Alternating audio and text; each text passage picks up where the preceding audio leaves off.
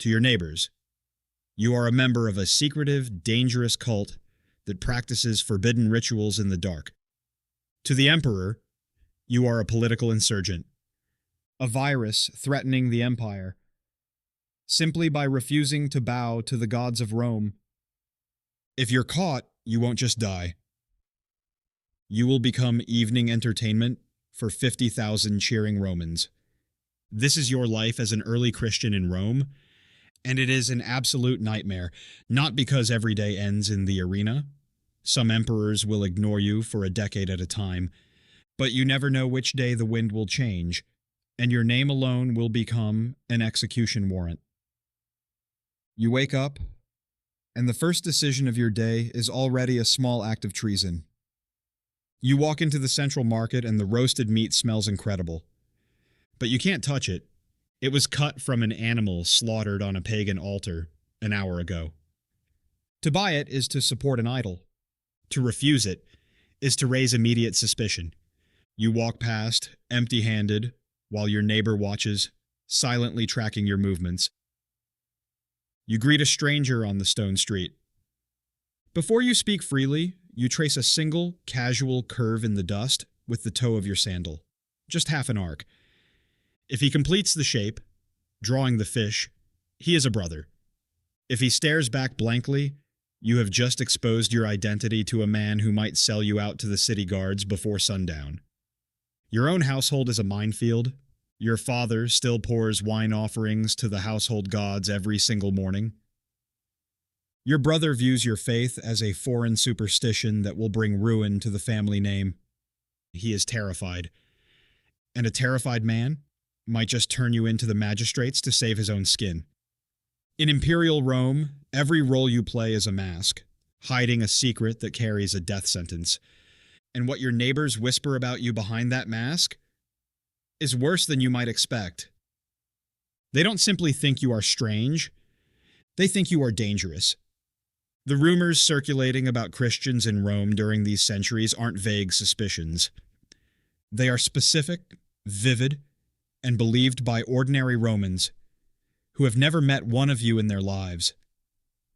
To them, you worship a criminal, a man executed on a cross, the Roman punishment reserved for the lowest of the low. Slaves, traitors, the disposable. To a Roman mind, this isn't just theologically confused, it is obscene. The idea of bowing to a crucified man is so contemptible that it barely registers as a religion at all. It registers as madness, and there is physical evidence of exactly what your neighbors think of you. Scratched into a wall inside the imperial palace complex itself, and it has survived nearly 2,000 years.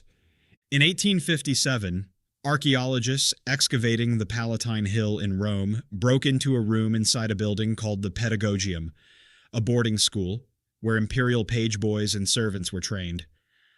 On the plaster wall of one of those rooms, among dozens of other scratchings left by young men living and working inside the palace, they found a piece of graffiti that stopped them cold. It dates to around 200 AD. It shows a human figure, arms outstretched on a cross. But the figure on the cross doesn't have a human head. It has the head of a donkey. Below the cross, a smaller figure stands looking up in an unmistakable posture of worship. Scratched beneath it in rough Greek letters, someone had written 7 words. Alexamenos worships his god.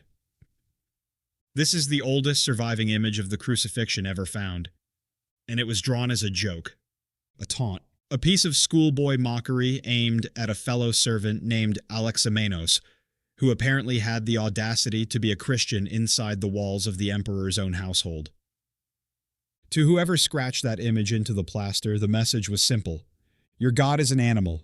Your God died on a cross, like a criminal. And you, Alexamenos, are a fool for worshipping him. This is what the word Christian meant on the street level of imperial Rome. Not a respected religious tradition, not a philosophical school, a laughingstock, a cult built around the execution of a donkey-headed slave god, practiced in secret by people too naive or too stubborn to see how absurd they looked. But here, is what makes this piece of graffiti one of the most remarkable artifacts of the ancient world. On the same wall, in a different hand, someone scratched a response. 3 words in Latin, Alexamenos Fidelis. Alexamenos is faithful. Whether it was Alexamenos himself who wrote it, or a friend who wanted the record corrected, nobody knows for certain.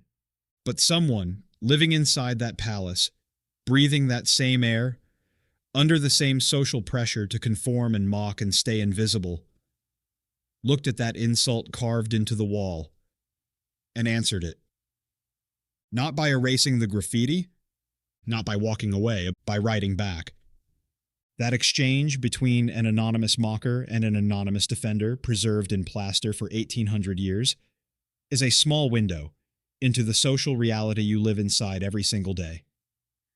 The contempt is real, the pressure is real. And so is the refusal to disappear quietly. Tonight, you leave the city walls behind. Worship doesn't happen in a grand temple. It happens in the dark, beneath the earth.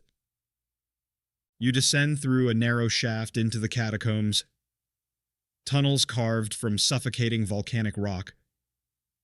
You are packed shoulder to shoulder with 100 people among the bones of the dead, whispering prayers over the fresh grave of a friend executed last week. No one sings loudly here. A loud voice doesn't reach heaven any faster. It just alerts the night watch. The hymns are delivered as breath, barely audible, vibrating through the dark. On other nights, you cram into the upper floor of a sagging Roman apartment block. 6 stories of dry wood and thin walls. 40 people squeezed into a room built for 10. Someone coughs, and the entire room flinches. A meeting like this isn't broken up because someone shouted a prayer, but because a candle burned a fraction too bright behind a curtain, and a curious neighbor looked twice. This is what devotion costs you. Every word measured in decibels. Every gathering. 1 knock away from the arena. It's 64 AD, and the air smells like ash and scorched stone. Half of Rome is a smoking ruin. Nero needs a scapegoat for the fire that leveled the city, and he has chosen you. Tonight, you aren't viewed as a human being. You are tied to a stake in the imperial gardens and burned alive, a human torch to light Nero's evening walk. Decades later, the terror changes shape. It's no longer mob fury, it's cold bureaucracy, quiet arrests, names added to imperial lists, property seized before your trial even begins. You don't need to be caught red-handed. You just need an anonymous accusation. The rules of survival keep shifting under your feet. When you are finally dragged before the tribunal, the magistrate looks bored. He has done this 100 times today. He wants you to make it easy for him. The choice he offers you is absurdly small. A pinch of incense, 3 seconds of your time, drop the ash into the flame before the statue of the emperor, say the oath, and you walk out a free man. Your family keeps their home. Your name is cleared. Nobody else ever has to know. Some hands shake and reach for the incense anyway. You watch a man you prayed beside last week take the pinch, flame, compromise, freedom. He refuses to meet your eyes on his way out. He will live with that choice for the rest of his days. You don't reach for it. The next sound you hear is a heavy iron gate swinging open, revealing a blinding sheet of daylight and the roar of 50,000 voices that have been waiting all afternoon for you to step onto the sand. There is no background music here, no cinematic glory, just heat, dust, and the sudden, terrifying silence of a crowd holding its breath right before it screams. This was the actual reality of early Christian life in Rome. Not a triumphant march, but thousands of small, terrified human choices made by ordinary people who had no idea how the story would end. And yet, here you are, 2,000 years later, watching a video about them. The empire that tried to erase them is dust.